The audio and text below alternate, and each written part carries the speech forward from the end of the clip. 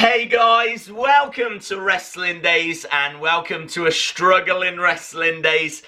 We did a live stream last night that was 8+ hours long.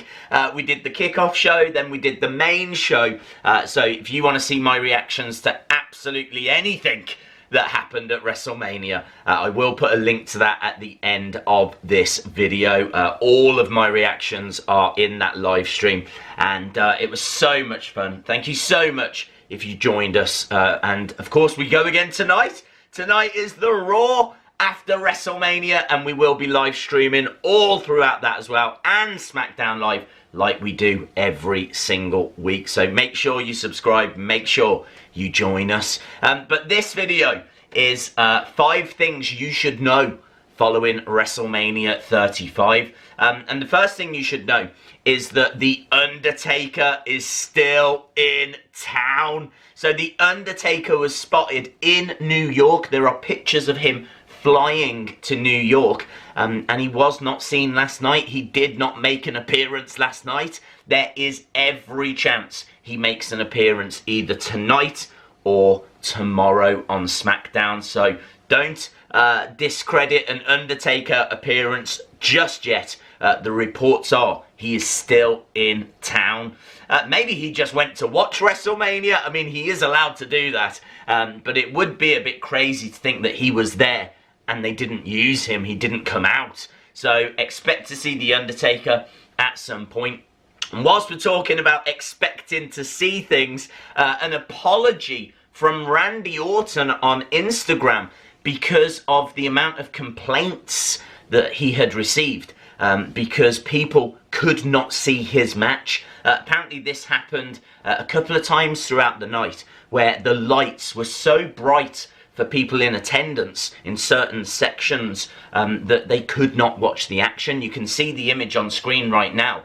And as we said, that affected so many people. Randy Orton felt the need to issue an apology on behalf of WWE.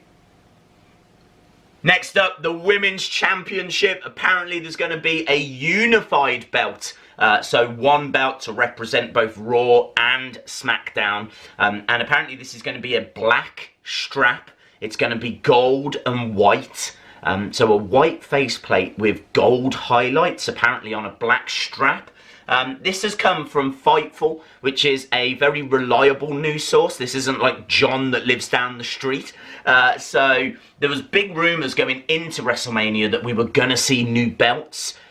We never did. We saw the return of the older WWE Championship, the one just before the eco-friendly version, when Kofi won. But apparently there is a new Women's Championship and rumours of Tag Team Championships changing as well. So keep an eye out for that. Next up, Batista retires. Batista has come out and officially retired. So WWE sort of swerved us because they told us that this was going to be Triple H's last match if he lost. Turns out this was actually Batista's last match, and so Batista has now come out and officially retired. Of course, he can always come back to the ring, but if you think about how infrequently we see Batista anyway, plus also I think if Batista wanted one last match to go out on, I think it probably would be Triple H at WrestleMania, and tradition says you always lose your last match, so that's fine for Batista to lose, just like we saw Kurt Angle lose as well. As we say, it's tradition, and so I think it probably was as good an ending as you can get.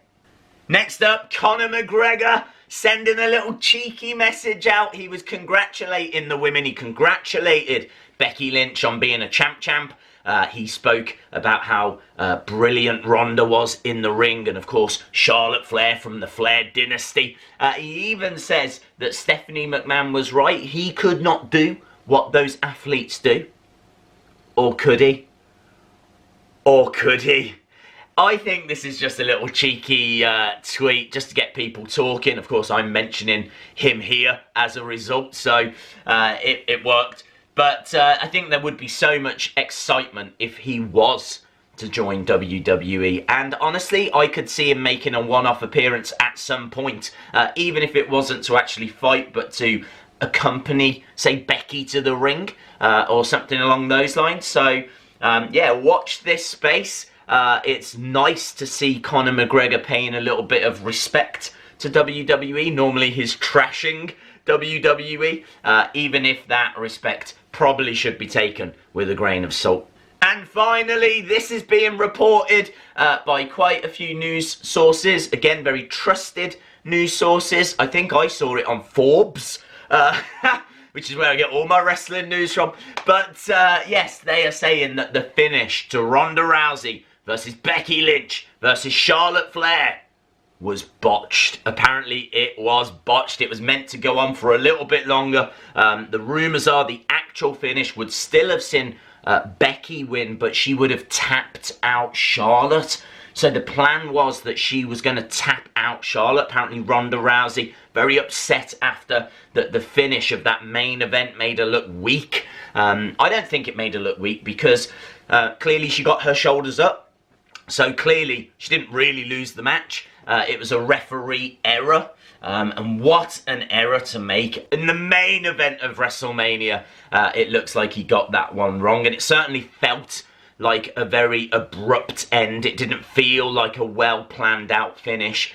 Just a little roll up where Ronda didn't really get pinned. At least the result was correct. At least Becky, who was meant to win, did get her victory. But certainly reports are suggesting this was a big, big botch. Awesome, guys. Thanks for watching. Make sure you join us for those live streams later.